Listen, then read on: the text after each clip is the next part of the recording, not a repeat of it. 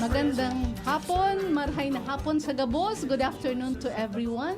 Sister Jessie po, shout out sa lahat ng mga taga-Daraga, sa mga taga-Naga, ACI family, and ACI family all over the world. Today is Friday, February 14, 2025, Valentine's Day. Welcome to the Valentine edition of our program, ang Usapang Bukasyon ACI. Last February 7, episode 24, Santa Rafaela at 100 and beyond, and you continue to bring Jesus Eucharist to many hearts. Napanood natin ang mga touching testimonies ng mga ACI family members namin na mahal si Santa Rafaela. At katulad ni Santa Rafaela, mahal na mahal din si Jesus Eucharistia. Ngayong hapon, episode 25, ay pinamagatan nating I Love You to the Moon and Back. What's interesting about this episode is that our guest with different vocation will be talking about one and the same thing, love. Truly, love is in the air. Aalamin natin mamaya ang kanilang mga kwento. Sobrang excited na kami na ipakilala sila sa inyo. Pero bago ang lahat, pabatiin muna natin ang aking mga co-host. Magandang hapon sa iyo lahat. I'm Sister Martha. Happy Valentine to all. Shout out to Ate Aurin, Jang Wigma, and all those who listening and watching our program this afternoon. Sa Giraray, si Sir Net po, magandang hapon, maray na hapon, maayong hapon sa tanan. Belated birthday greetings kay Brenda Flora at cousin Joanne Ortiz. Shout out sa mga Red Nuns, mga Redemptoristin Nuns, Legazpi, sina Sisters Fides, Marlene, Celeste, Susan, Gia, at special shout out kina Sisters Irene and Ethel, at kila Novices Rona and Lynn. Shout out din po kay Sister Jo, RVM, ang aking retreat guide, at sa lahat ng mga sumusuporta ng Usapang Bukasyon, ACI, labi na sa Ako Ang Papa. We pause for a while to pray for eternal repose of our dear DJ Toyan.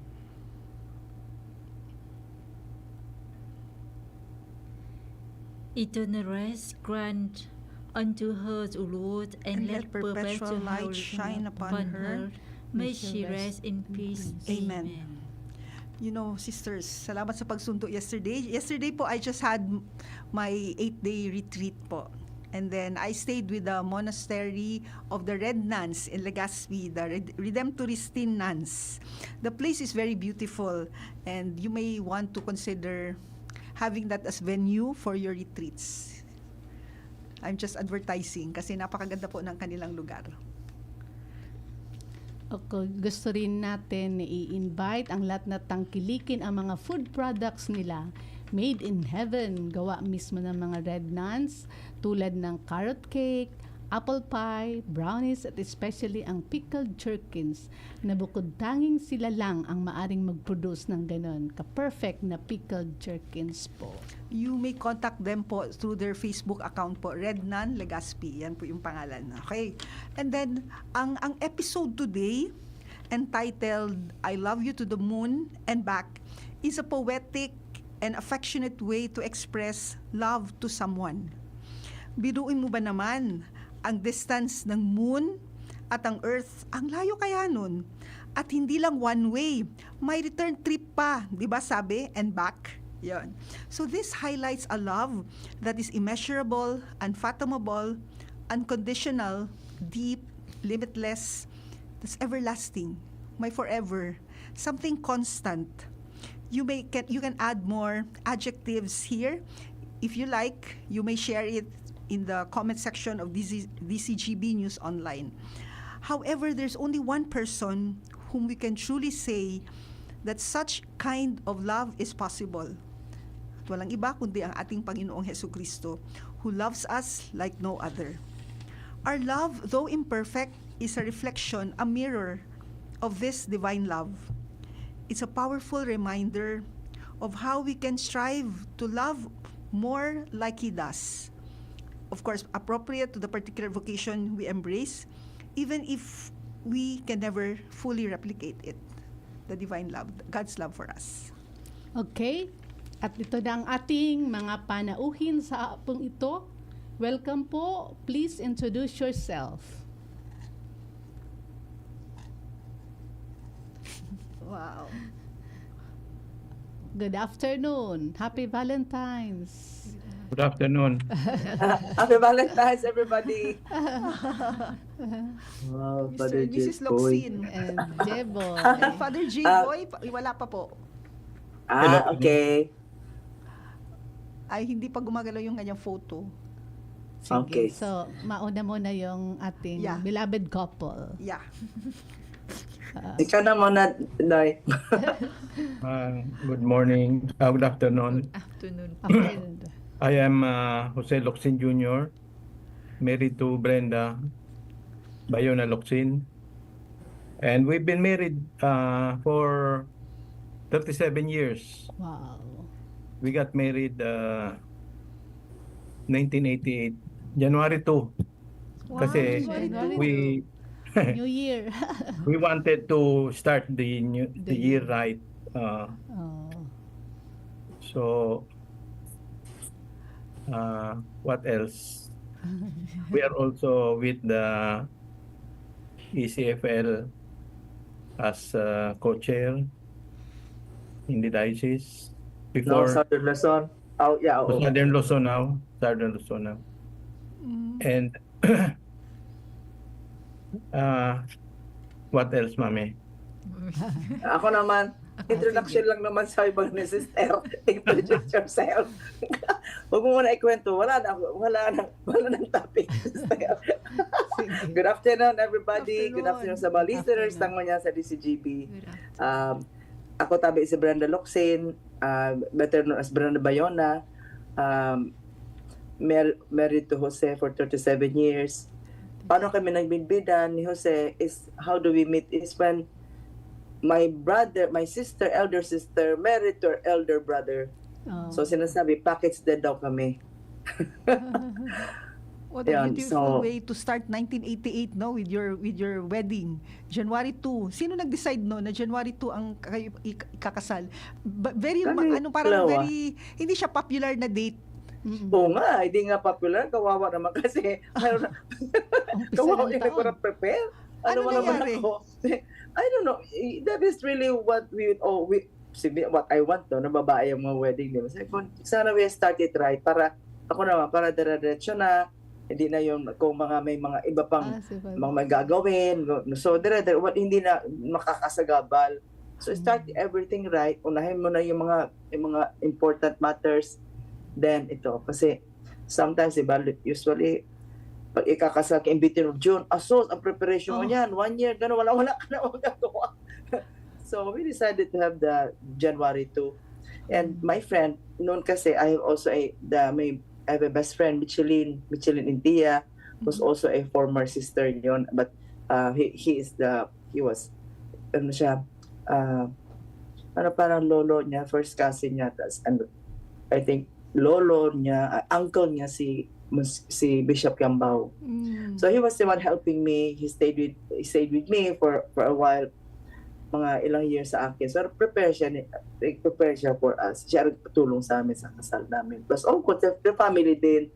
Na-imagine mo, sister, mag-New Year parang ako yung pinaka just but when I think about it, very very uncharitable, no? Very inconsiderate.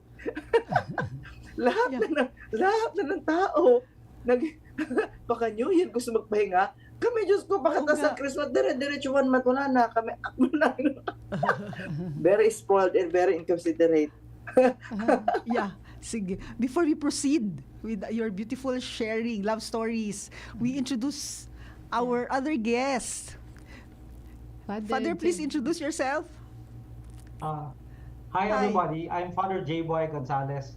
I'm a Jesuit. I'm assigned here in Davao. Pero nagdakol ako sa Kabalig to. Taga-Kamalig talaga ako. So Bicolano talaga ako. So pwede makitwag Bicol. Bicolano man si Father from Kamalig. Kamalig, yeah. Wow, Ate, ikaw ba yeah. yung nag-compose ng yung panunumpa? Sa'yo yun? Iyo tabi. Panunumpa. Nessie. Yeah, he's the composer of Panunumpa. Hanapin ko yung tugtog na yan. Tanungin sa technician. Yun ang We will be Ayun. singing Hanapin ko Panunumpa yan. mamayang Mamaya. gabi. natin at sa ending. Yes, ganda. Sample mamaya. Sample mamaya, yeah. We will sing Text ko together. si ano. with Father. O favorite niya ni Ate Brent. So kami din. Yeah. Beautiful song, ikaw Father of na, Commitment, mga Panunumpa. mahalin. Oh, ganda. Kailan challenging kasi medyo mataas. Mamaya Okay. kakanta ni Father. Yan. Pwede natin pag-usapan yan. Kasama naman yan sa aking love story. Ay, wow! Sige, Wow. mamaya excited kami yan, Father. Sige. Sige, sister. Okay. So please tell us your vocation story, your love story. Can you truly say that your choice of vocation was done out of love? Okay. Si Father will start. Ako ba? Sige. Okay lang. Kasi late ka daw. My vocation story. So I grew up in Kamalig. I was raised by a lot of religious congregations. So when people ask me, di ba pag Ateneo, lagi na sila tinatanong, are you true blue? Yeah, ibig sabihin pure Ateneo ka. Sabi ko, hindi. I'm colorful. Sabi ko, not true blue. The reason for that is that my vocation came from different congregations. My vocation started especially with the Franciscans in our parish. I was in second year high school when I was asked to play the organ at Mass. And because of that, I began to be exposed in the life of the parish and therefore in religious life as well. The second, I grew up with the Benedictine sisters. So I am very grateful to the Benedictine sisters of Tutsing, the Saint Agnes. So all my family members were all Agnesians, including my mom and my dad. And therefore, in grade school, I grew up, witnessing the prayers of the nuns. But it is also the Benedictine sisters who taught me music. So I was part of the music department in Saint Agnes. And my teachers were Sister Scholastica. She's very much known in piano. And it is also from there, when I was in grade 6, that I was meant to play solo. So that would be my primary recital with all the invitations. And then at the same time, I was also about to compete in the NAMSHA competition nationally. However, I met an accident, which is this one. So I have a deformed wrist. But it is because of the deformed wrist that so everything, all my dreams have been they all kumbaga they were all put on hold. But because of that, the Franciscans asked me, can you play the keyboard at Mass? The good thing about the organ, when you play the organ, the left hand is not as dexterous as the right hand. So I could play it with my deformed wrist, but then with my dexterous right hand, I could be the organist. So in second year high school, I was the youngest organist. So my music came from the Benedictine sisters. And then my discipline in terms of studies came from the Dominicans, because during the time there were Saint Agnes was exclusively girls, one gender. So most of the boys from Saint Agnes, we went to Aquinas University, Science-Oriented High School, which is now UST Legazpi. So my discipline in studies came from there. And if you add the whole thing, as my principal, the Dominican principal asked me, Father Orlando Aceron, why did you become a Jesuit? Because I said, St. Ignatius was inspired by 3 people, St. Francis, St. Dominic, and of course, with my Benedictine one, so ergo, Jesuit. So that's why I became a Jesuit. But that's not the whole story. The whole story is that when I was sent to Naga for the vocational seminar, I was not serious. I was not serious because I don't know the Jesuits. So when I was sent to Ateneo de Naga with 10 of us, so 10 barkada, all we were thinking about was La Cuacha. Kasi 2 hours away, at least for us in high school, La Cuacha opportunity.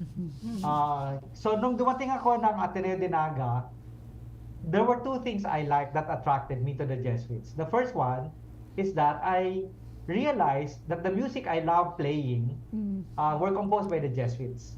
Sina Father Contiveros, sina Father Fruto Ramirez, who's also a Bicolano, who composed yung Amanyamo in A minor. And then Manuling Francisco, I discovered that the songs I was playing were composed by Jesuits. So the possibility of focusing and using music, which is one of my passions. And then second, I discovered masarap yung pagkain.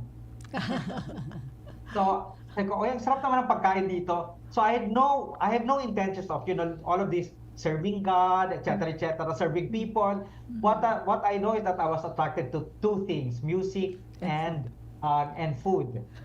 Nice food. And then that's when I began to think about the Jesuits, because I also asked another question which the other congregations were not able to satisfy my question. What was the question? I asked all the other congregations, can I pursue music and biology? Science is another of my interest. Where if I enter, all of them said, no, you can't. You have to take philosophy. But when I asked the Jesuits, they said, oh, you like music? You like biology? Why not? You can take both, for Chill. example. So I entered the Jesuits and I took biology. So I graduated from marine biology. And at the same time, also took some course in philosophy because it's needed. So pwede magsabayin. And then I worked into music, and then it is also from there that I also began to hone myself in the arts, like theater. So the Jesuits have more or less brought everything that I like doing together into a vocation. So that's the start of my vocation story. So, there, Very sister. interesting and colorful. I think, Miss Brenda, Ate Brents, you also graduated ba sa St. Agnes? Agnesian ka rin po ba? Yes, Agnesian. Oh. Agnesian and then UST na. Dominican na pag-college. College UST. Yeah. So, the same question. Anong year Ay, ito? at sa akin? Ay, nako. Ako naman, colorful ba sa akin? Kasi Anong year ako, ka ng high school? kasi, di ba St. Agnes, Father J. Boys, Agnesian ka rin noon? Ano ka? Agnesian talaga ako. Oh, di ba si sister, si Madam Gregoria, Gregorio, bako teacher ta? Iyo. Oh, ano ko, si sister kasi. Na sister Parang second year high teacher mo? Parang first year or second year high school lang ako. Tinuruan na kami, sabi niya, please, kaya always pray that you will have a good husband. Diba? Oh. Correct. Araw, every time, di ba, St. Agnes, and, di ba, mag-morning prayer ka before you, sa class, no? So, always pray for a good husband. So, from then on, every time na pumapasok sa simbahan ng mga, example, yung first timer, di ba? Kasi di ba, Father, pag mga first timer ka na, magdasal ka na, yung wish will come true, mag-Hail Mary, gano'n, no? Yung mga first na mga simbahan. So, yun ang ginagawa ko always, Lord, give me a good husband, give me a good husband. Oh. So, yun ang, nung afterwards, nung nag-high school pa na ako, ito naman si Jose, si Noy, parang hinahatid niya hinahatid siya ng isang pamangkin niya to St. Agnes. Nung nakita ko siya doon, just kumakain ako naman Father, kumakain ako ng mga kitsa. So may balikot siya baga. So may balikot siya dyan sa St. Agnes Paglabas mo, kumakain kami dyan. Wait, pumasok may coaching. Near Senate ba yun? May coaching mahaba pa yung Ninoy. Alam mo, sister, sabi ko, parang naglip yung puso ko, sister. Nung nakita ko siya, hindi niya ako kilala. Kasi, alam mo ako, sabi, naglip yung ko So, after that, nawala naman ganyan na. So, but every time now, parang yung sabi ko na ngaya, Lord, give me a good husband, give me a good husband.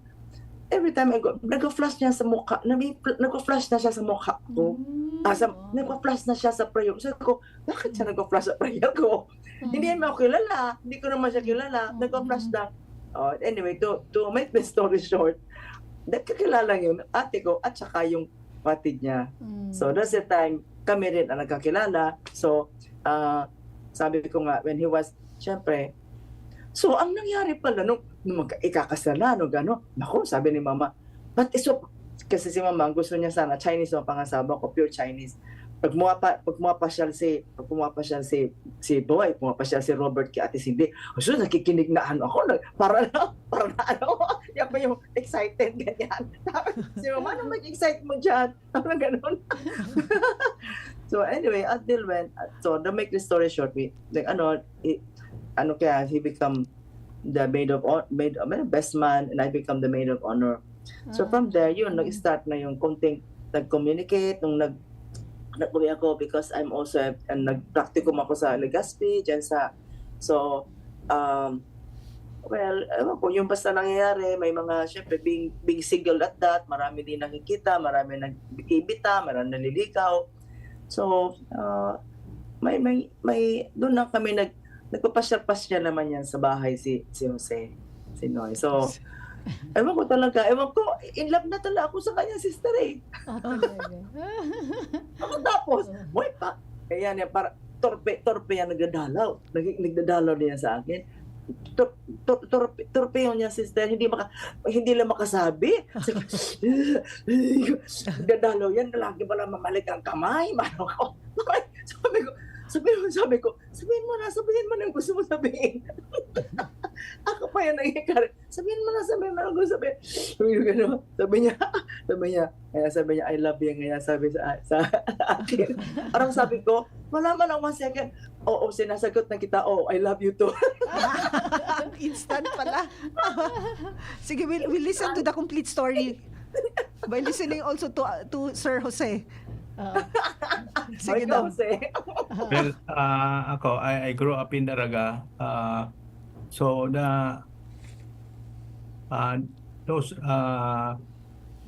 we grew up in a religious family. My mother was always, sabi ng mama ko, he taught my father how to pray the rosary. Okay. And then so in Daraga kasi, there's always this yung simbahan nandun lang sa taas. So yung looming presence ng simbahan is always nafe-feel mo.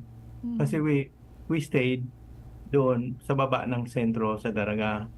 So when we go to mass, we go up there. So in all activities of the church, yun, my brother was very religious also. So he invited me sometimes to go as a sacristan doon sa simbahan namin, Daraga. And then until such a time na sabi ng mama ko, Noy, mag-ring bearer ka nang sa tito mo. Mag-ring bearer ka. So I was always practicing how to be a ring bearer yung when I was young. And then after some time, sabi ko, Mama, kailan na yung ring bearer ko? I was very excited. Sabi niya, wala na, Noy, nagtana na pala. From that day on, sabi ko, ako siguro, sabi ko, hindi magtatanan. Gusto ko, if I get married, gusto ko formal. That's why sure, mga those things, small things added to my thoughts. That's why when the time come na nagkaroon ako ng, also my mother always also taught me, even at a young age, kasama na yung pagdasal namin ng to find a good wife, to find a good partner. Elementary, I mean, I was very young.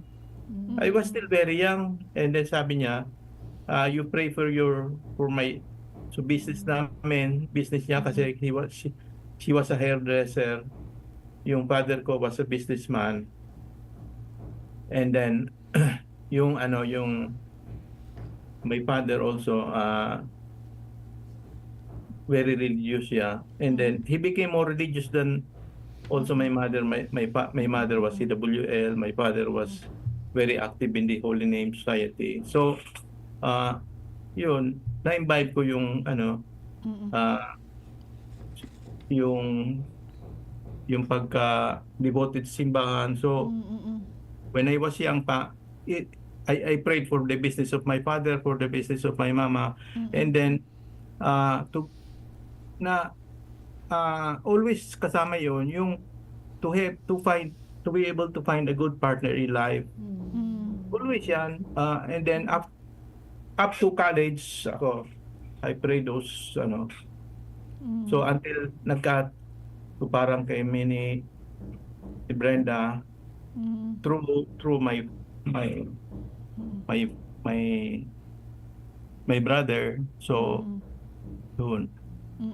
At first ayaw sila kami kasi pangalawa na, sabi na Yeah. too much na. So so it come to time na after 10 years pala we got married na. 10 years we waited eh. So yun. Sabi ng mama ko, andito na naman kami. Sabi sa nanay niya, sa papa niya.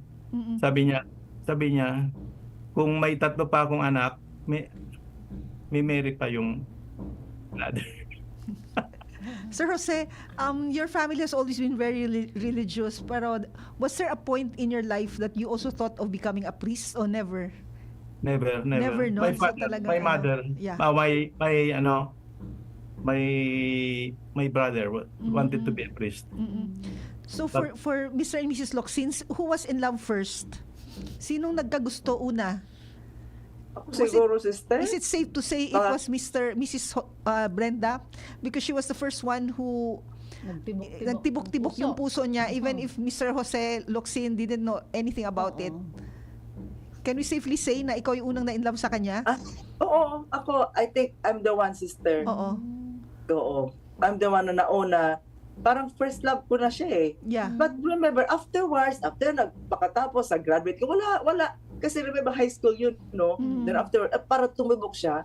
Tapos afterwards, wala na. I went to college, I went to wala. Tapos pag nung nagligaw na, that's the time bumalik ulit. Oo. Talagang you are For me, it was quite irreconcilable to me too, na because I always treated her like a sister talaga, my own sister. Tapos may point pala na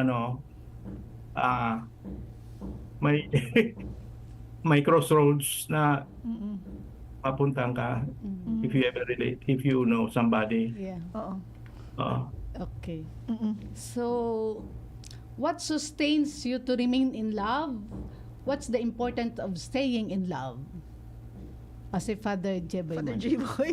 Father Jeboy, ikaw muna. Staying in What love. sustains you to I remember remain Father in Arupe. love, and what's the importance of staying in love?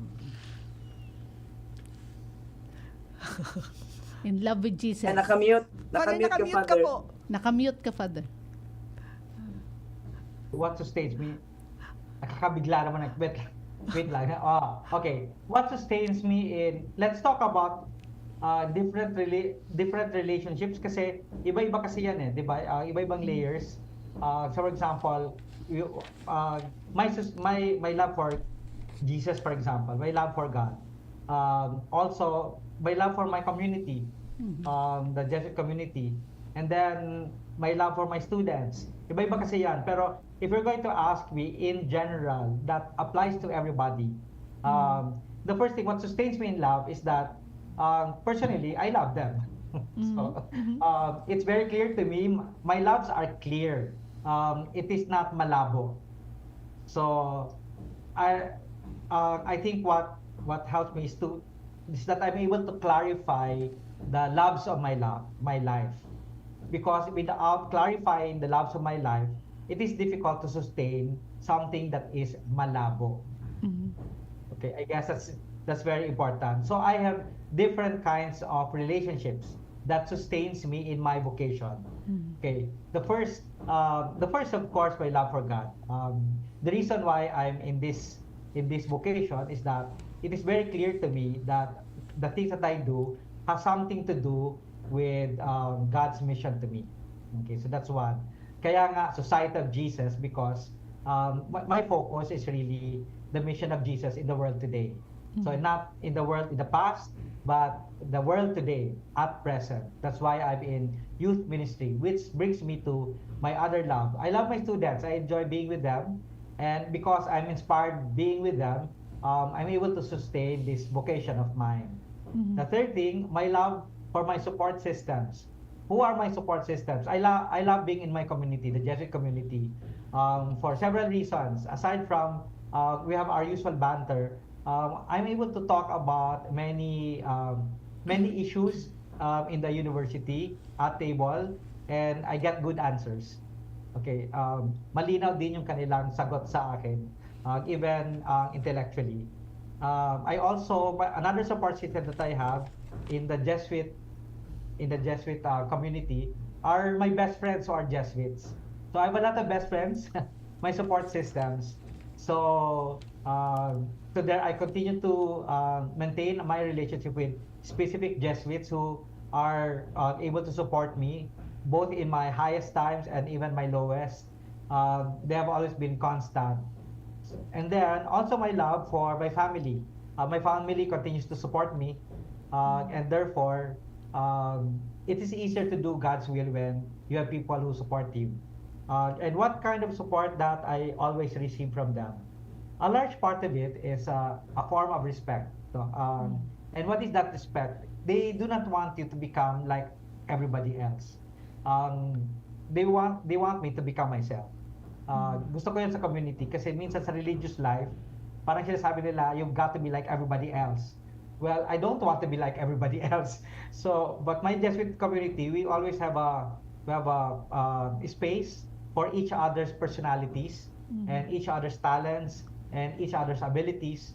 So, the respect that I get from my community members as an individual and as a unique individual is very much respected, and therefore there is a lot of trust that I experience in my community as well. And also because of that, easier to obey since my vow is obedience, and it's one of the most difficult. It's easy to obey when you obey a superior that whom you know cares about you, whom you know who knows you, and then at the same time it's easier to obey a superior whom you trust well. So those are the things that sustains me in my vocation. Amen. Ka-community mo pa si ngayon, Father Manol Montesclaros? Yes. Regards. He's my cousin. Yeah. Okay. So, Brent, and Ako, what what sustains sustains you to remain in love? Oh, of course, remaining in love. Kasi it's not giving up actually. It's more really of a commitment. That whatever come what may, talaga we have to sustain. We have to sustain our love for each other. Of course, there are some mga trials. Mga trials come my way. Pero ako lang yung nag-create ng trial. Kasi sobrang mabait. Minsan wala. Minsan hindi. Awayin mo. Kung di mo awayin. Kaya sabi ko nga I always thank my husband. I always thank Noy kasi he has provided a very peaceful home. Kasi walang ingay. Hindi siya magano. Hindi siya. Minsan kung hindi pa ako magkipag-discussion, hindi pa pag-away, wala. So, very quiet. Iba in the house. Diba, kahit sa Daraga, the aura, even sa Daraga namin sa residence, pagpasok sa Daraga, it's a very peaceful and quiet home. And that is one I'm always thankful for the Lord for giving this grace to us na ma-sustain, na to stay in love all the time. Kasi syempre, like, putting always God at the center of our life, syempre without him sustaining, we syempre madaling mawala ng pasensya eh, 'di ba? With the hope that this is the Lord is the one binding us together, makes us be more grounded and committed to make it through. And of course, because of my formation, hindi ko pwedeng hindi sabihin na the formation helps me a lot. The ACI sisters giving me all the formation that I need as an ACI family, for the especially the gift of reparation of Santa Rafaela. Yun di ba yung forgiveness, grabe, forgive. So nakatatak lagi yan sa puso ko puso ko, lalo na ako, very vibrant, very so nakatatak yan na hindi It's really the tatak ni Santa Rafaela in my heart that we have to forgive ano pa man yan.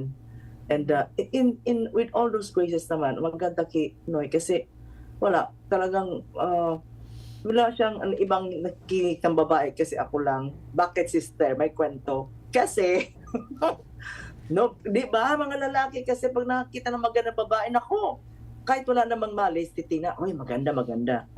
Kaya every time may dadaan na magandang babae, titingnan ako sa kanya. Pag tumingin siya, ba't tumitingin ka dyan? May police. Wala. Every time, until now, pag may maganda na papasok, titingin ako sa kanya. Kita ko na lang siya. Maybe that's also cute dyan sa mga mag-aasawa. Huwag yung hayaan na magprakita na mga anong babae dyan. So I'm very confident and I'm very happy. Kahit saan ako pumunta kahit tuwanan niya ako kahit saan, he knows that he knows that the trust siguro sa amin is overly 100% trusting each other din. That wherever we are, we trust each other. Hindi yung may mga other man, other woman, ganon. So 10 years kasi ng aming, yung 10 years that we are, ayaw kami ni mama kasi sabi niya, siyempre, yung mga superstitious belief, sabi niya, naku, agaw swerte yan. Ganyan, di ba yung mga superstitious belief doon? Na pag nag-asawa yung mag-agaw swerte, yung isa magmalas, yung isa swerte. So nag-diskusyon kami ni mama, wala naman sa Biblia yan. Where is that in the Bible? So why do I want Jose? Why do I want him? So he loves his mother. Kasi ako naman, the one who loves his mother will love his wife. Yung mga ganun naman ako. Pero hindi naman, sa iba naman, hindi naman ibig sabihin attached, di ba? Kasi may mga mag-asawa na attached sa magulang, hindi iniisip yung asawa. So I was looking at siya ba? Kasi ang dami rin naliligaw sa akin, sister. Na siya ba? So pinili ko siya talaga. Sabi ko ito because grounded and spirituality is also intact ganyan. So in the 10 years na ayaw, so nag-abroad lahat. Kasi syempre Manila ako, nasa Legazpi siya, long distance love affair, mga ganyan. Tapos kung papasyal siya sa akin, minsan pupunta sa UST pa kayo kasi I was very busy in my business. Kasi nag-business na ako. Pagka-graduate ko kasi anak ko ano-anong pinapasukan. Nagbebenta ko ng ahas, nagbebenta ng t-shirt, nagbebenta ng perfume. So dadalaw siya. Sa akin may nakikita, sister, sa UST Chapel, dyan sa UST. Kaya dyan kami kinasal. After that, magkikita kami pupunta na umaga sa flight. Grabe ang patient niya talaga, sister. Akala mo, nandiyan na siya, minsan alauna, minsan alas 4 darating. Tapos, sige, babay na, next, uwi na siya. Kasi wala ko nakita na kami. Grabe, pasensya mo pala, Noy, no?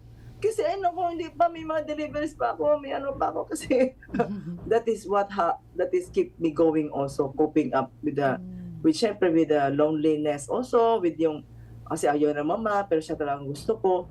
To the point, yung magta 10 years na, sabi ni mama, oy, kayo na nga, mag-asawa na nga kayo, ano ba yan? Matanda na kayo.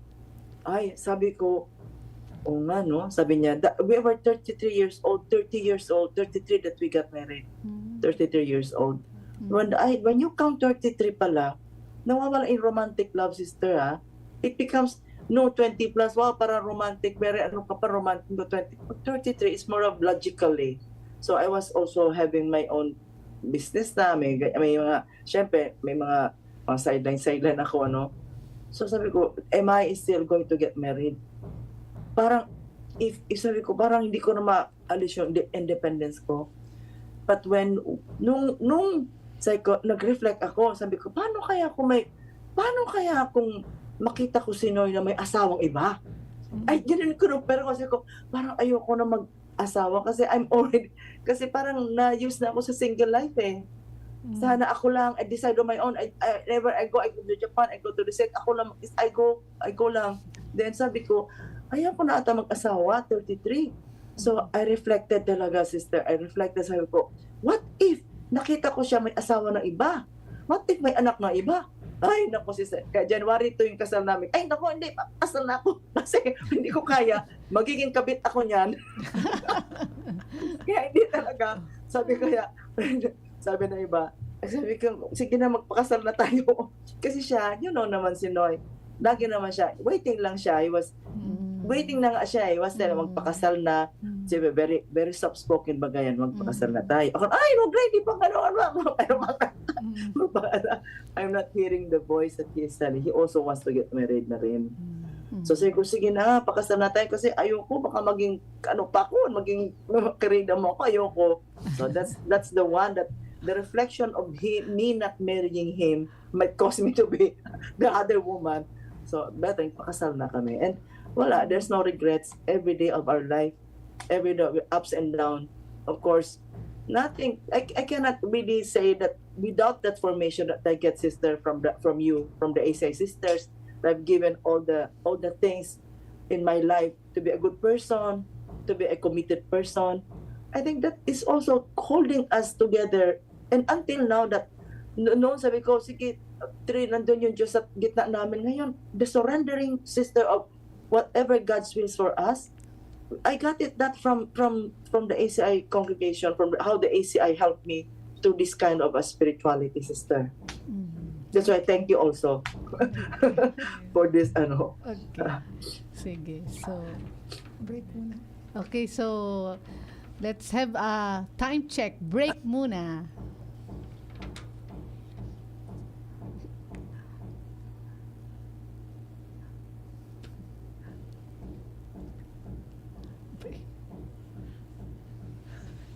An oras hatod sa Indokang Optin Lutein Capsule. Alagaan ang paningin sa tulong ng Optin. Kitang-kita ang kalusugan ng mata. Artisan Joint Supplement. Bumabagal ang galaw dahil sa joint pain at arthritis. Mag-Artisan. Plemex for Kids. Mommies, agapan agad ang ubo at plemang nakabara. Pambatang lagundi.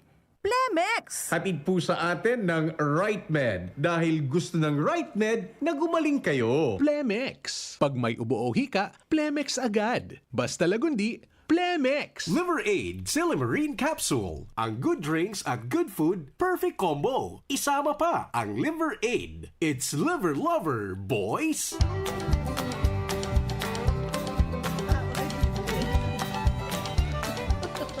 Okay. So, welcome back sa ating programa, ang Usapang Bukasyon, tuwing Biyernes, 1:00 hanggang 2:00 ng hapon. Ipagpapatuloy natin ang ating talakayan tungkol sa episode 25, I Loved You to the Moon and Back. So what is your most rewarding experience of loving po? And pwedeng sabayan na rin natin ng pwedeng stories of sacrifice and detachment done because you love, kung meron man.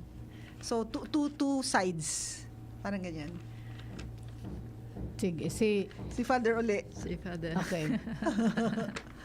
Thank you, Father. And Father, isabay mo na rin yung panunumpa, yung kwento ng panunumpa kasi it's Actually- 1:48 already. Sabay-sabay na natin. Yes. Actually, that's the pivotal moment in my vocation. So now you mentioned the song Panunumpa.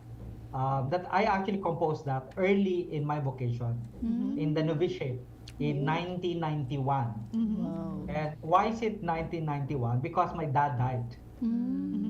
I'm the eldest in the family. So when I entered, it was only about a year. I was even less than a year. And then my dad died. So mga ilang months, parang mga 10 months lang. I entered May 30. Tapos namatay yung daddy ko March 3. Ano yung context nun? Nung sinabi ko yon, nung pumasok ko sa society, nagsabi ako sa parents ko na I want to become a priest. Pero yung daddy ko, parang ayaw niya. Pati yung mami ko parang, kasi they were expecting me to move into science. So, baka medicine or something like that. But then I decided to become a priest. In third year college, my dad asked me, so meron ako ugali kasi na matulog ako tabi ng daddy ko. Sabi ng daddy ko, J-boy, hindi na gusto kong maraman. Maugma ka sa decision mo. Sabi ko sa kanya, maugma ako daddy sa decision ko, even if I disobeyed you. Sabi daddy, maugma ka man palan. So di ba ako nagkakaproblema, maugma ka man. So that was already a sign for me that I am well supported by my family. Pero after a year, I graduated, and then the next year I entered. Hindi ko alam when my dad brought me to Sacred Heart Novitiate in Novaliches. Mga ilang months lang, he will say goodbye to all of us. Now, since I'm the eldest, I have to decide whether I'm going to stay or not, because who will take care of my family? It should not be only my mom, kasi mahirap pag single mom ka lang. So, and then I'm the eldest pa. But then, my mom said, J-Boy, sabi ng daddy mo before he died, let J-Boy pursue what he wants. Like everybody else. God will take care of us. Okay. So, that made me decide to continue my novitiate, trusting that the words of daddy said, God will take care of us. So, we will be okay. But it is easier said than done. While the society is asking me to pronounce my final and perpetual vows. Kasi wala kaming temporary vows eh. Yung first vows namin, perpetual na yun. I was also asked kung am I going to pronounce my vows, or should I commit myself to the society, or to leave?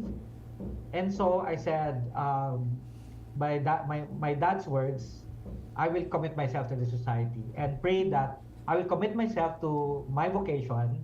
But then I also coerced the Lord. Lord, ikaw mag-promise sa akin na you'll take care of my family. So I made that song in commitment to the Lord, but at the same time, I know in a very deep sense, it's not just me actually committing myself to the Lord, it is the Lord committing to me and my family. So fast forward, when I was ordained April 7, 2001, alam mo, 2 weeks after that, nag-graduate yung bunso me sa UP. So nag-graduate siya ng bunso me sa UP, and then what I was feeling when I was being ordained is that God actually keeps His promises the way He did in the Old Testament. And so that sustained me, because if God keeps His promises, then the one who helps me in my commitment to the Lord is also Him. So, of course, with some of my effort, but mostly it's God's effort. So, that required a lot of sacrifice on my part. And to commit is also not just about sacrifice. It's also to detach myself from many of my worries, thinking about that I have a greater love. And what is that greater love? My greater love is to follow God's will. Yun din yung sabi ko sa daddy ko dati, mami ko na, I know you might not want me to become a priest, but the will of God is higher than my parents' will, di ba? So, naiintindihan yun ng parents ko na mas mataas yung will ng kagurangnan kaysa sa will ninda. So that is why they allowed me.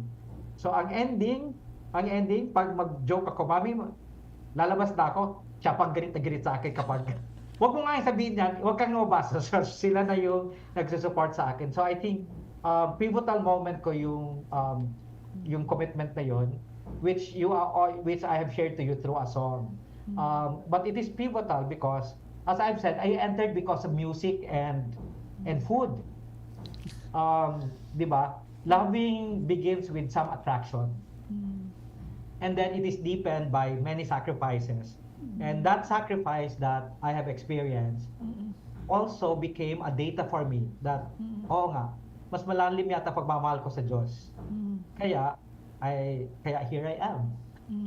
What's your favorite line or verse dun sa panunumpa? Baka pwede natin kantahin, Father. Sabayin ka namin. O pwede rin solo. Actually, yung pinakauna, ikaw lang ang mamahalin. Yeah. Koda, That's because that's the whole topic of the whole song, and that's the whole summary. That's a summary of my vocation.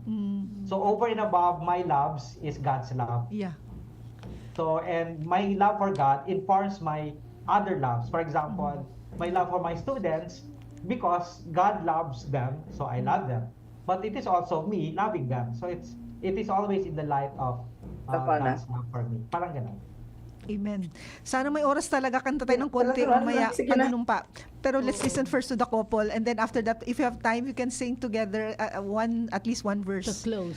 Yeah, to close. This will be our Okay, closing so prayer. Yeah. So we listen to Mr. and Mrs. Locsin. Mr. Si Mr. Luxi naman, hindi ako nagsasalita. Si tingnan Mr. mo. Mr. lang daw Hanggang ang ngayon, sasagot. Yeah. Oo. ikaw naman daw. Hindi. Yeah, totoo yan na kung may magandang babae, sa lupa na lang tingin.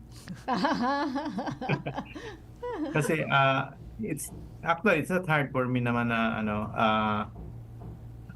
I told Brenda na sabi ko I would never leave you.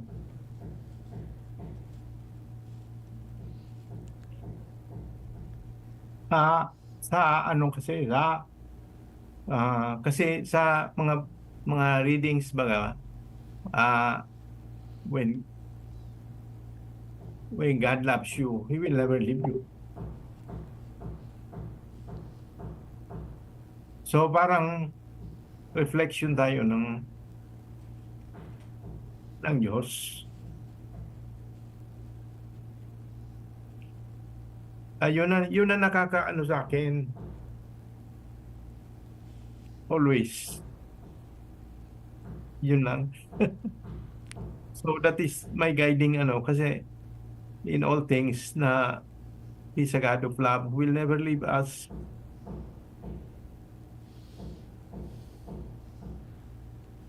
So sayang man natutunan natin diyan sa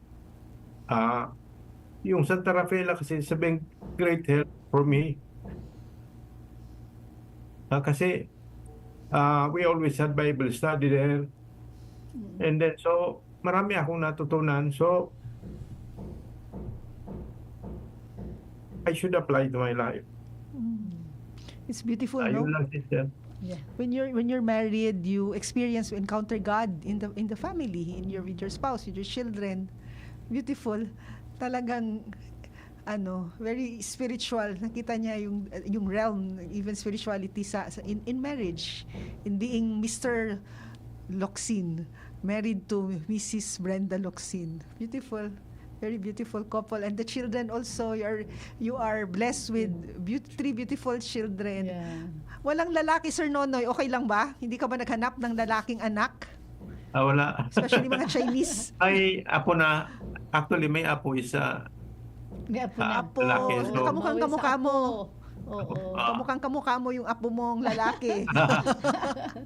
Carbon copy So ni nakikita Lolo. ko yung palaging the face of God. Saya. Grabe no, hindi kayo binigyan ng anak, pero yung first apo nyo is lalaki. Mm-mm. So ito na yun. Lumawi. Even without you asking it, the Lord gave it to you. Oo. And very happy. Yeah.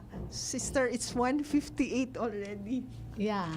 So, ang bilis ng oras. It's time to say goodbye again. But before that, do you have any final words or message to our young people searching for love, searching for God's will in their lives? Father J-Boy is still there. Father J-Boy na Okay. muna. Message to our young people. For many young people, if you're watching, the question of love has many colors, and part of it is the color of where will I find meaning in my life, where will be my purpose, and where will I go, where will be my direction, in the future, where will I be happy, where will I be at peace with myself. Those are different layers of the question of vocation. Vocation is an invitation, is a calling. Kaya calling kasi hindi lang one call, but the calling continues. It develops and you will hear God's voice many times in your lives.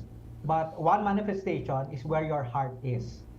That is from my own life. The reason why I continue to stay, because I know I am at peace and happy where I am. That means I hold on to that because the devil cannot give us peace. only God can. So the indicator that we are where we are is when we are at peace, at peace with our lives. It is not just a form of contentment, but there is a certain belongingness. Para kumbaga, garo baga balay, yung bahay natin, marami tayong problema, etc., etc. Pero when we are at home, in the midst of all of our challenges and problems, we know we are at home. The heart is at rest. The heart is at peace. So if you want to know where God is calling you in many different vocations, whether married life, single blessedness, single blessedness is also a trending vocation nowadays with young people. They opt not to be married, but they want to be single for several reasons. So it's a vocation. But the question is not what is external, what other people say. But the thing is, when you talk to God, are you at peace where you are? I think that's the most important thing. So my advice is follow where you are at peace, because the devil cannot give you peace. He can give you happiness, like pwede ka sayaw ng sayaw, happy ka, pwede ka maging masaya in many ways. But peace, only God can give you peace. So the indicator of that it is God's will is a peaceful heart. And you know that even from St. Augustine, di ba? So there, follow that which creates peace in your heart. Okay. Thank you very much, Father Jeboy. Okay. Mr. and Mrs. Locsin. Mr. and Mrs. Parting words Parting po. words Short lang, ninyo briefly. sa ating mga young searcher of love. Sir Jose? Yeah, for those searching for love, always pray to Saint Joseph, Mama Mary for help. One day, sabi ng hindi ba yung just maintain your purity, and someday maski nasa ilalim ka na ng dagat, somebody will seek you. Yung mga babae na mga and you will never know baka ang vocation mo is to be religious, which is a very beautiful vocation. Amen. Okay. Thank you for the Thank endorsement, you. Sir Jose. Ma'am Brent, short, briefly po, but please say your parting words. Ako kasi I go with the thoughts of Father Jeboy. Talaga, if you're at peace, correct yan. Sabi ko, the grace, sabi ko, with all the things that, syempre, hindi ko say wala kaming trial, everything, no? Pero I can see the grace at home. The peace that the Lord is giving us. I can feel that the peace. So, sa akin naman talaga, the calling is really for married life. Pero I'm also, sabi nga ni Father Jeboy, you have to know really where you are called at, diba? Baka single life, baka sa pagiging madre. Kaya nga, ang nakakaano nga pagiging madre. And if that will bring you peace, why not? Puro tayo kasi ang nangyayari sa atin.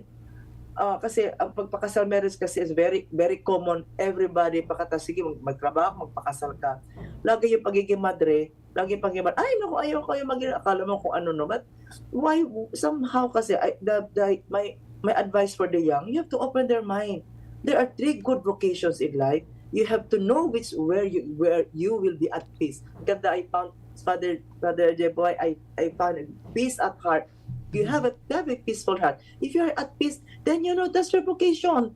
Talaga naman, the devil will always disturb you Pag disturb ka, hindi yun. Hindi mo minsan the fruits of the Spirit, diba, Father? Basta nakita mo, yung Spirit is there because there's peace, maganda, no? Pag hindi, ang daming bunggo dyan. So ako, the invitation for the young, well, I know, I prayed talaga na I meant for married life and I married life. But I will also encourage the young people to do some search some encounters. Asking, you go where you go to the congregation where you're happy. Kunyari, kami sa Santa Rafaela, we are missionary, contemplative in action. After nag-mission kami, mag-adoration kami. So that is the practice naman na in my heart, I find those peace and expression of my love for God. Yun doon ko nakukuha din. So the young people, do not be afraid. Do not be afraid where you are being called at. Pero kailangan you have to pray actually. Hindi pwede yung puro kayo social media ganun. You have to know where you are being called for. Sabi nga ni Father, calling, hindi called no? It's calling continuous siya no? So go dyan sa Santa Rafaela, sister, yung anong months tayo kasi di ba meron tayong mga search in where you are being called. Meron na ba tayong ganun sa Santa Rafaela, sister? Yeah. We're Di? always open po to accompany people searching. Yeah. In their Oo. Wala tayong week, accompany walang them in their monthly tayo na grouping together for people nga, for young people who wants to search it. Saan ba ako na, where am I being called? Wala pa tayo ng structure sa Santa Rafaela, sister. exactong date, wala po. Pero it's a case-to-case basis po. If someone contacts us, we can always accompany them po in their discernment process. Always available ang sister to accompany. Okay. Oo, maganda rin sana, sister, kung meron tayo parang once a month, no? Yung, well, maski 4-5. Kasi sometimes pupunta yung mga barkada yan. Kasi subukan nga natin, di ba? Bisa kanya, tinan mo si Father Jebel nga, gusto na kumain, gusto na barkada na. Tapos, kailangan yung it's fun fun, Always open po. ganyan. Always open po Always kami. open ang Oo, convent. maganda. Yeah. So, So just anyway, approach. yun lang ang ano ko. So, Thank you. go where you're being called at, so you will be happy, but always make Jesus as the center of your life. And of course, Mama Mary. So Yes, in Mama all Mary. my life, the rosary is the one that frees me from temptation after. Totoo yan talaga, sister. Siyempre, sa buhay ko sa media, di ba? Ang dami makikilala. Wow, corporate everything. Ma-attract ka, maano ka. But the rosary for me is always my anchor. Yeah. So, Amen. yun lang po, sister. Thank Thank you you. very Thank much you very sa much. inyo. Okay. So, salamat sa lahat na mga sharing natin ngayon. At it has been enriching. Salamat sa inyo again. Please message us in the comment section of DCGB News Online, Usapang Bokasyon ACI, or at our FB Messenger or at ACI Vocation Phil. Or you may subscribe also to our YouTube channel, ACI Vocation, or better still, visit us at Santa Rafaela Maria Students Home in Sagpon, Daraga, Albay.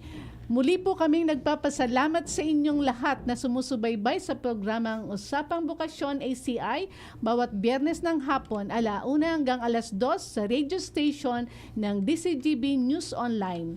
Salamat sa ating mga bisita ngayong hapon, sina Father Jeboy Gonzales, SJ, Mr. Jose Locsin and his lovely wife, Miss Brenda Locsin. At ang inyong mga lingkod, Sister Jessie, Sister Net, Sister Marta. Salamat po at hanggang sa muli. See you next Friday. Thank you. Ikaw lamang ang pangakong mahalin sa sumpang sa iyo magpakailan pa man yakapin mo bawat sandali ang buhay kong